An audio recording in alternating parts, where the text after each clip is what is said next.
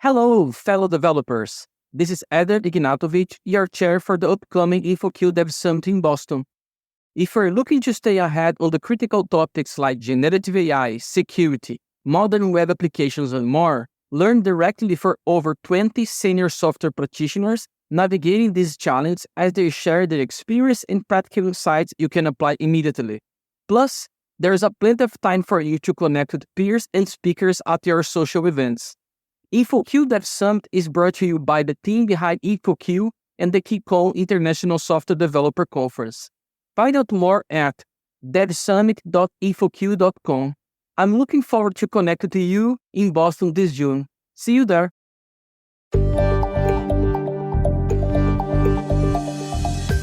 Hi everyone, my name is Srini Pinchikala. I am the lead editor for AI, ML and data engineering community at the InfoQ website and a podcast host. In today's episode, I will be speaking with Meryem Arik, co-founder and CEO of TitanML, the company behind generative AI solutions for regulated industries. We will discuss the current state of large language models or LLMs and how to deploy and support those LLMs in production, which is very important in successfully adopting generative AI or Gen AI technologies in any organization. Hi, Miriam. Thank you for joining me today. First, can you introduce yourself and tell our listeners about your career, your focus areas, and what you've been working on recently? Of course. Thank you so much for having me. So I'm Meryem Arik. I'm the co-founder and CEO of TitanML. And what we do is we build infrastructure to help regulated industries deploy generative AI within their own environments. So instead of sending their data to ChatGPT or Anthropic, we help them deploy within their own on-prem or VPC infrastructure. In terms of my background, so I have actually quite a varied background. I've always been very techie, I guess. My degree was in theoretical physics and philosophy, and that's actually where I met my co-founders. All three of us are physicists. I then went off into the world of enterprise, and my co-founder stayed in the world of research, but we stayed very, very close friends. And we started the business a couple of years ago because their research was all about efficient inference optimization and compression. And I was sitting in the enterprise world, and what we could see is that there was this really big gap between what was possible in the research literature and what enterprises were actually able to achieve. And we saw that there was going to be a very big infrastructural gap when AI really came around, and that's what we looked at solving. Thank you. It seems like generative AI and LLMs technologies are in full swing lately. Recently at Google I/O conference, Google announced several new developments, including Google Gemini updates and what they call generative AI in search, which is probably going to change the search functionality on Google. And OpenAI released GPT-4o, the Omni model that can work with audio, vision, and text in real time. And also recently Llama 3 was released. So looks like there is a lot of innovation happening, and it seems like this space is accelerating faster and faster than ever. Where do you see Gen AI and LLMs are at this point, which is only few years since ChatGPT came out? And how do you see it innovating in rest of this year and next year? It's been a pretty crazy couple weeks. So for context for the listener, we're talking, I think, 2 days after the Google I/O conference and 3 days after the OpenAI conference. And then I think about 3 weeks from Llama 3. We got started in the industry before it was called LLMs. We got started back when it was called NLP. And it's been the most phenomenal, astronomical growth and technological advancement since we first started the company. So back then, we were working with GPT-2 models, right? And we thought they were really impressive because they could write a poem that sounded like Shakespeare. And now we're at a stage where I can have a language model that can constantly see my screen and give me suggestions about how I'm working and give me real-time audio feedback. Like, that is just completely night and day. So the rate of progression is just enormous. And it really feels like we've cracked some kind of understanding where all of the players in the field are building these same kind of capability models. But I think it's important to not get too hung up on how much the models are improving by every release. it's been said a couple times, and recently Matt Turk said it in a tweet that he wrote, which is that even if we stop LLM innovation, we probably have around a decade of enterprise innovation that we can unlock with the technologies that we have. So we're already at the stage of enormous potential, even if we stand still, and we're not standing still. So it's an incredibly exciting time to be in the space. Yeah, we're not standing still. We're not even moving linearly. It's almost like innovating in a logarithm scale, right? Exactly. Something that I'm really excited that I think will come up in the next year, because I think you asked me about that in the previous question, which is the first thing is that I think we're going to see increasingly impressive capabilities from surprisingly small models. So I can give an example of this. The Llama 3 8 billion was as performant as GPT 3.5. And if we all think back to when GPT 3.5 was released, we thought it was some kind of magic, right? And now we're able to get that through actually a relatively small 8 billion parameter model.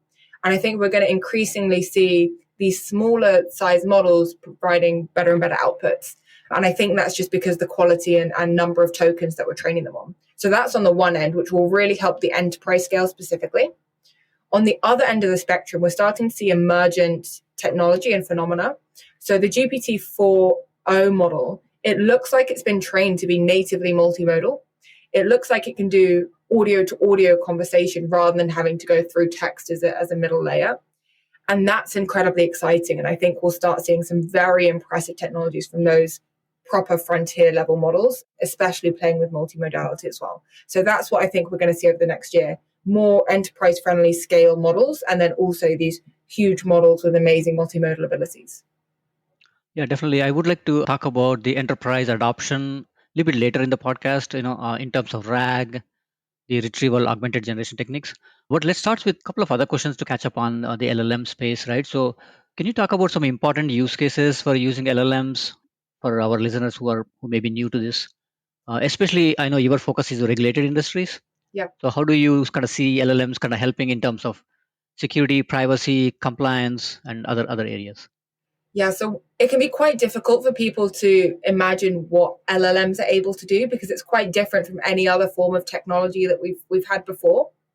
The way that I get my clients to think about it is I ask them to think of these LLMs almost like having an intern.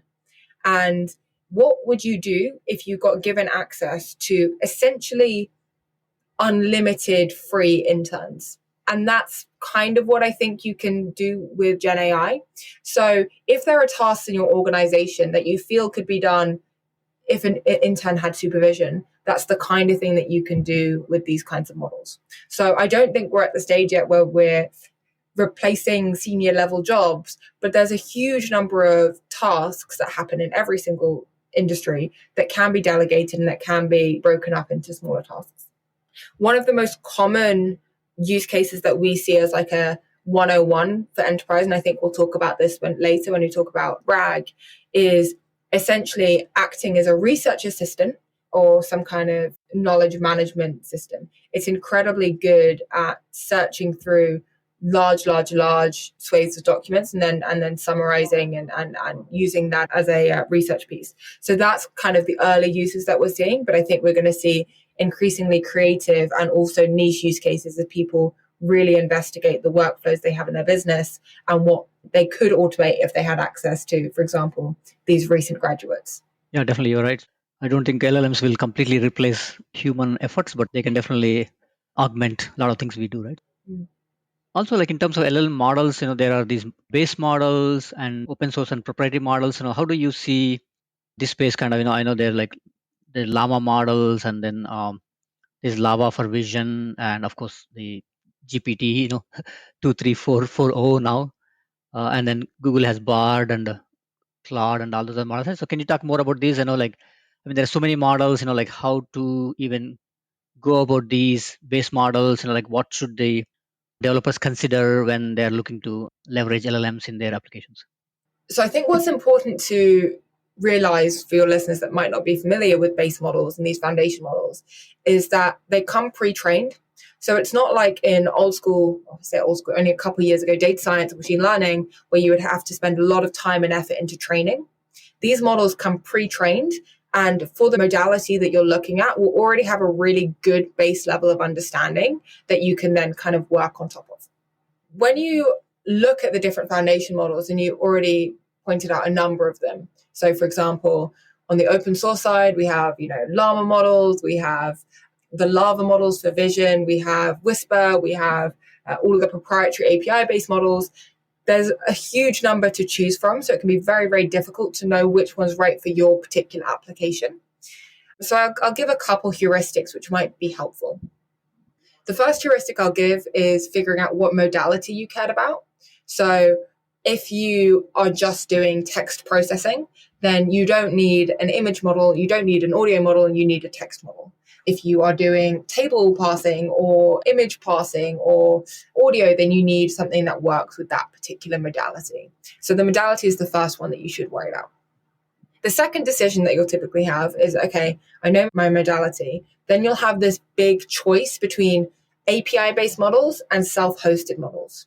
And this is probably one of the biggest choices you have when you're kind of comparing different models, because once you're in the various regime, it's easy to just go for the best of each one.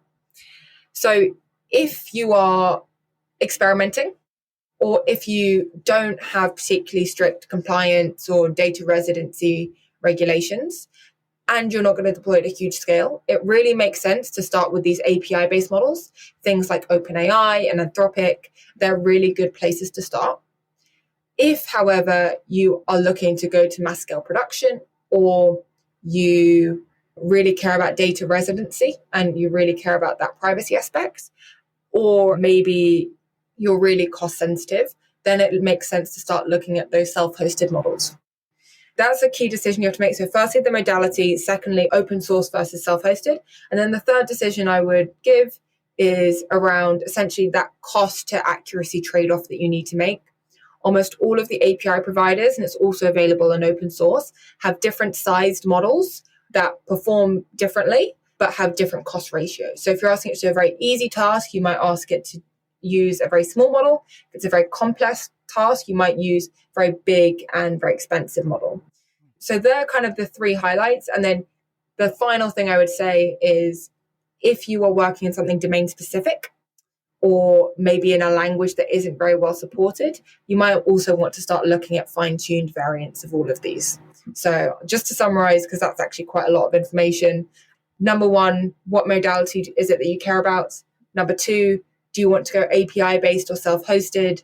Number three, what is the size, performance, cost trade-off you're willing to make? And then number four, if it's something very niche you're doing or in a foreign language, you might want to do something fine-tuned.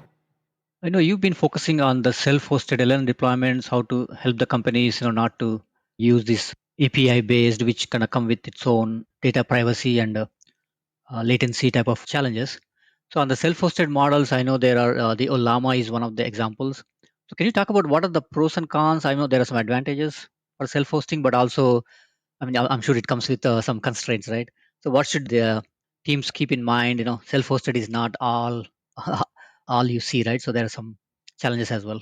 Yeah, exactly. There's definitely challenges with self-hosting. And if you just want to go for the raw easiest option, API-based is the easiest. So there's broadly three challenges or reasons you might not want to self-host. And they're changing day by day. So I'll kind of tell you the challenges and I'll also describe how I think they're changing. The first one is around the quality of the model. This is especially something that we saw last year. The state-of-the-art models in the API-based regime, so for example, like OpenAI, was so much better than what we had in open source that in terms of just raw quality, you just weren't able to get the same kind of quality that you needed. So that was a challenge that a lot of people had last year if they needed to self-host, is it was very difficult to get the quality of models they needed. This has changed dramatically, and Llama 3 was a really big turning point.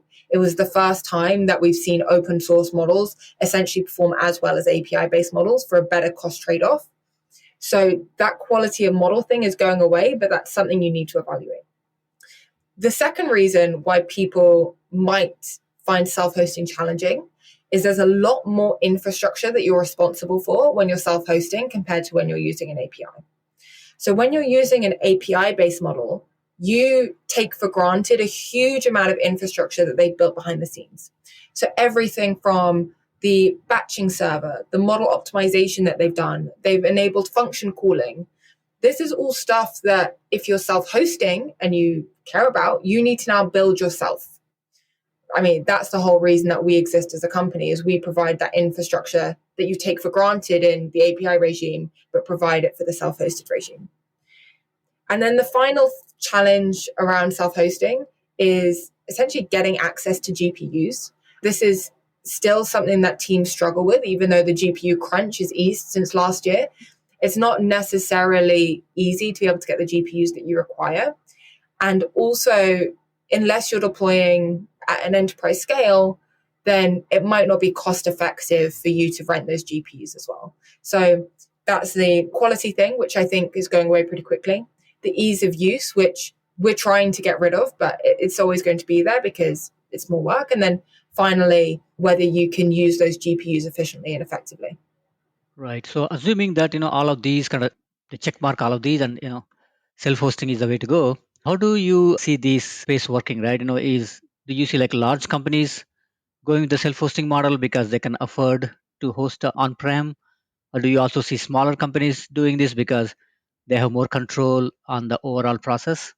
So like what size companies can benefit from this?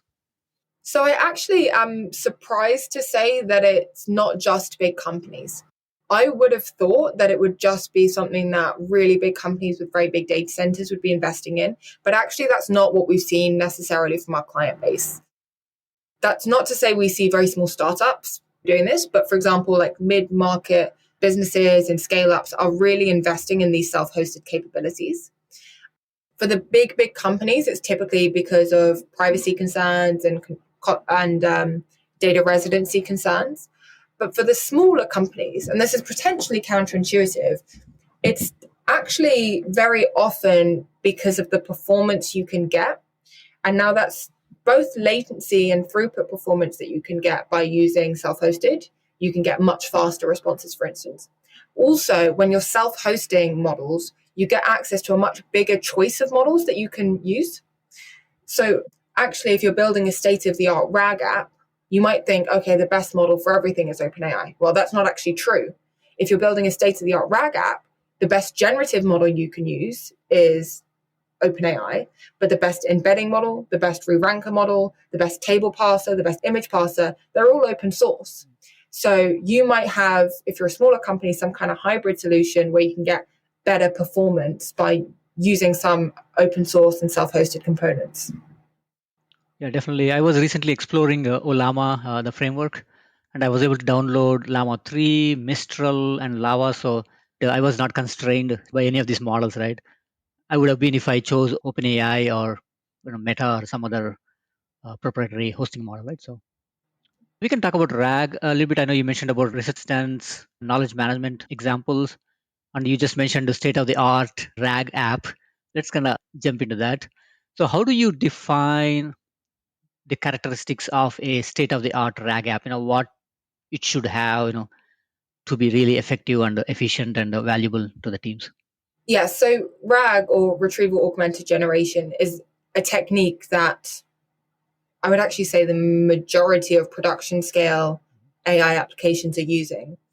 And what it does is it enables your LLM, your generative LLM, to call on data, right? So that's data that you might have stored in your business. So there are a couple key parts of the RAG app that I think are really important to get right. And there are two parts which get talked about a lot that I actually think are not very important. The first one is the vector database. I don't think the vector database of choice is that important. They're pretty commoditized. Most of them are fairly similar. So I don't spend a lot of time thinking about that choice. The second thing that I don't think you should necessarily spend a lot of time thinking about, which is counterintuitive, is which generative model you should use. People are like, should I use Mixtral or Llama 3 or whatever? It actually typically doesn't matter.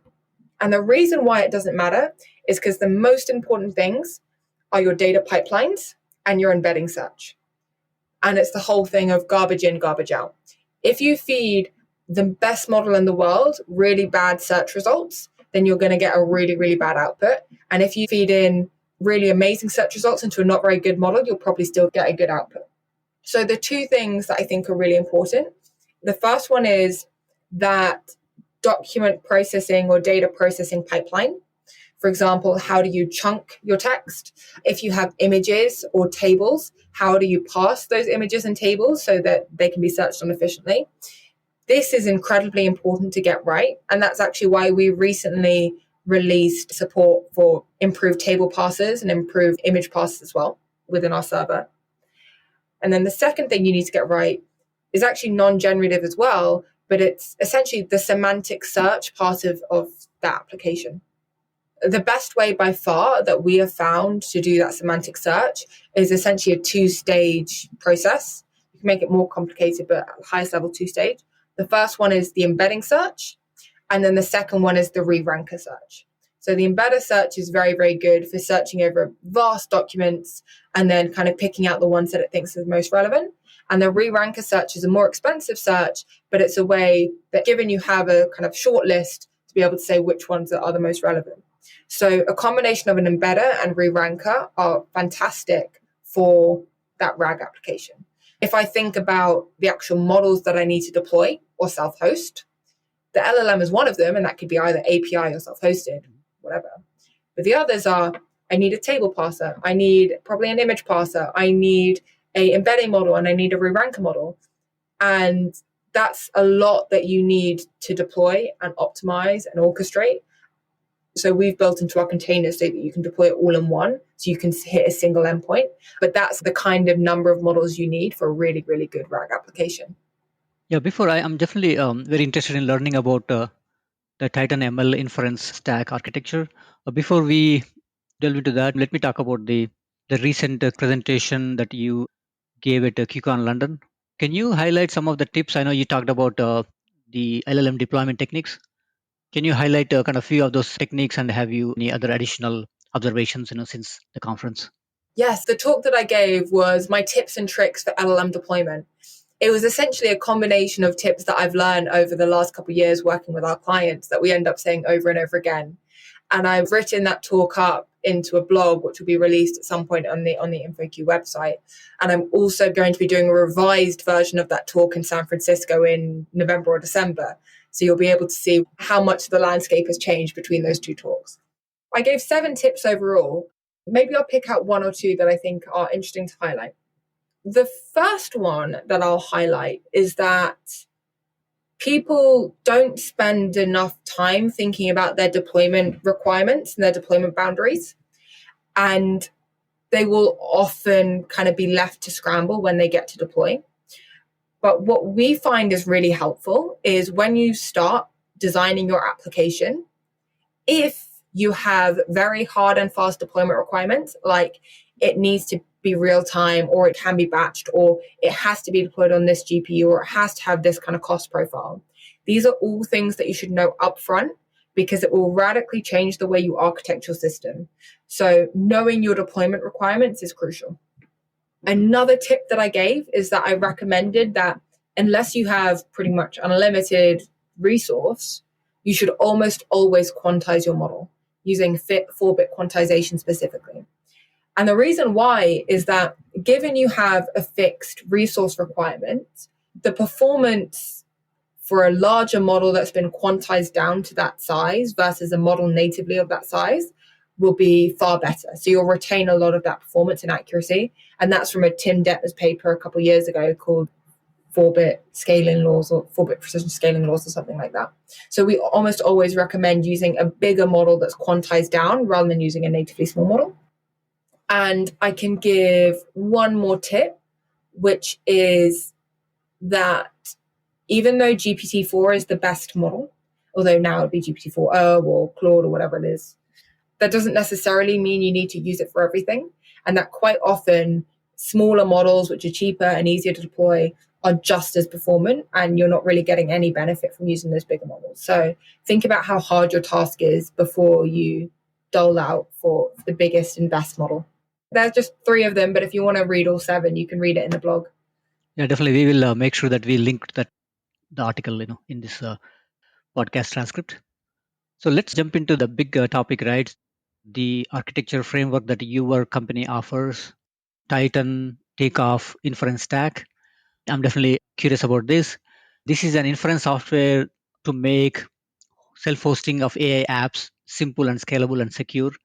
Can you discuss more about this architecture stack? What technologies does it include, and how can our listeners kind of get started? Is there like a tutorial or anything they can use to kind of learn more about it? For sure. So you mentioned Olama before, which is a way of really easily running a language model. We are a similar kind of framework, but for design for scale and design for the enterprise. So we are essentially a way that you can run language model applications really efficiently on your own private hardware. And the stack comprises of a couple things. So I think what I'll do first is look at the zoomed out. Like, what does it actually look like? Well, it's just a Docker container. It's a Docker container that when you pass a model through, exposes an API that you can then interact with, exposes that LLM API that you can interact with, and you can deploy that Docker container on whatever hardware that you care about. And we fully integrate with things like Kubernetes. So it's a containerized and Kubernetes native product. Within that server, we've made the very unique choice. I think we're one of only a handful of teams worldwide that's ever done this, which is we rolled out absolutely everything from scratch ourselves, pretty much. So the inference server, the server part is written all in Rust. So it's a multi-threaded Rust server. And then the inference engine, so this is the engine that makes the model run faster. So rather than just deploying a Hugging Face model onto a GPU, we do a lot of smart things with things like quantization and caching and inference optimization on that level. That's written in a combination of Python and then also the OpenAI's Triton, in the Triton language. And the reason we made those technical decisions of writing it in Triton rather than writing it in CUDA is it means that we can be hardware agnostic, because Triton will compile not just to NVIDIA, but also to AMD and Intel as well.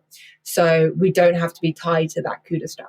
So there are like a couple of decisions that we've made. So the entire stack is written in Docker, Rust, Python, and then the Triton programming language.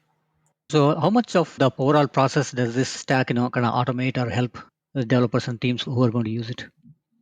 What the stack does is it allows you to turn just a GPU, so raw hardware, plus a model into a very scalable endpoint that you can then build on top of. And things that make our platform in particular very unique is we're not just saying, okay, you now have a Llama 3 endpoint, but we support not just generative models, but embedding models, re-ranker models, image to text models, all kinds of modalities.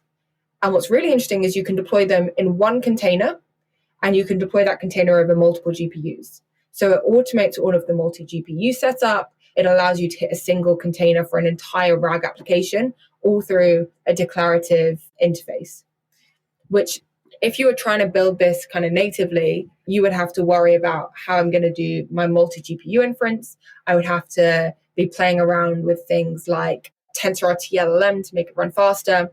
And from our clients, we benchmark that this typically saves about 2 to 3 months per project by using our stack, and then using our stack for both experimentation, so you can easily swap models in and out, but then also using it for production and knowing that it's going to scale properly and isn't going to come across horrible throughput rates as well. So it's a really significant time save, and it means that the developers can focus just on building the application, which is actually the thing that brings them value, because they're working from an API that they know is stable, that they know will support when the new model comes out, they can just swap it in and out, and they can just focus on building that better application. So let's jump back to the regulation side of the discussion a little bit, Miriam. So I was reading this Stanford University's AI Index report for this year. So one of their predictions is the number of AI regulations in the United States will sharply increase. Can you talk about the AI regulations in general and any specific regulatory compliance standards in the US, UK, and the European countries? And how do you see, regulation is always trying to catch up with innovation. So what is the balance between having some kind of good control on these technologies without disrupting or interrupting the innovation? What is like a responsible LLM or Gen AI type of look like, right? So well, it's difficult for me. So I double majored in theoretical physics and philosophy. So I do have this philosophical streak to me where I do enjoy thinking about these things, but it's actually something that I find incredibly difficult to think about. What I'm not worried about is some kind of Terminator style risk. What I am incredibly worried about is the societal impact of the technology that we've already built.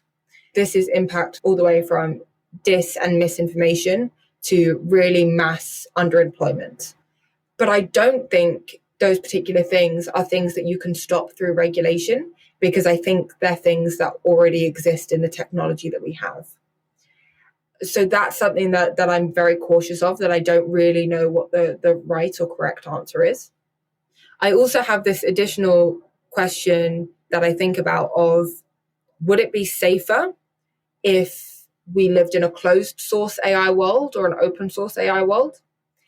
And both of them can be very scary. The closed sourced AI world, I think in particular, scares me more. This idea of you have incredibly huge concentrated power, potentially like humanity changing power in the hands of a very, very small number of people, is something that really scares me. And those companies become more powerful than even governments. But on the other hand, if you have an open source regime, which I actually tend to lean towards, you do end up with models that can be harmful in the hands of bad actors. And we already have that right now.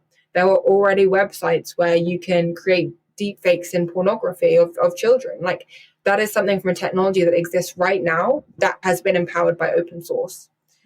So the answer is, I don't really know what the regulation should look like. But what I do think we should have is we should have governments that are incredibly concerned about this and are very, very thoughtful about this in a way that I don't necessarily think they are. I think they're concerned, but I don't necessarily think they're thoughtful. And I also think that we need to be really striving towards regulatory alignment between the major powers. So the EU, Britain, the US, Asia should all be aligned on how we're regulating. And currently it feels like there's a lot of misalignment, which is incredibly confusing for all of the players in the field. So that's my broad answer, which is, it's something that I'm incredibly concerned about. And it's something that I think government should think about very carefully. And I also think alignment is really what I would be arguing for, whatever the regulations end up being.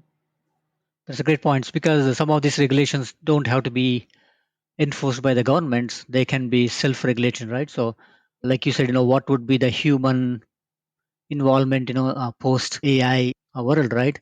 So maybe that's where it is, maybe we can use humans to make sure that any content that is not appropriate will not get out, right? So those, kind Well, of control those. yeah, there's a huge amount of self-regulation. And I think, unfortunately, that self-regulation has to happen from the big platforms.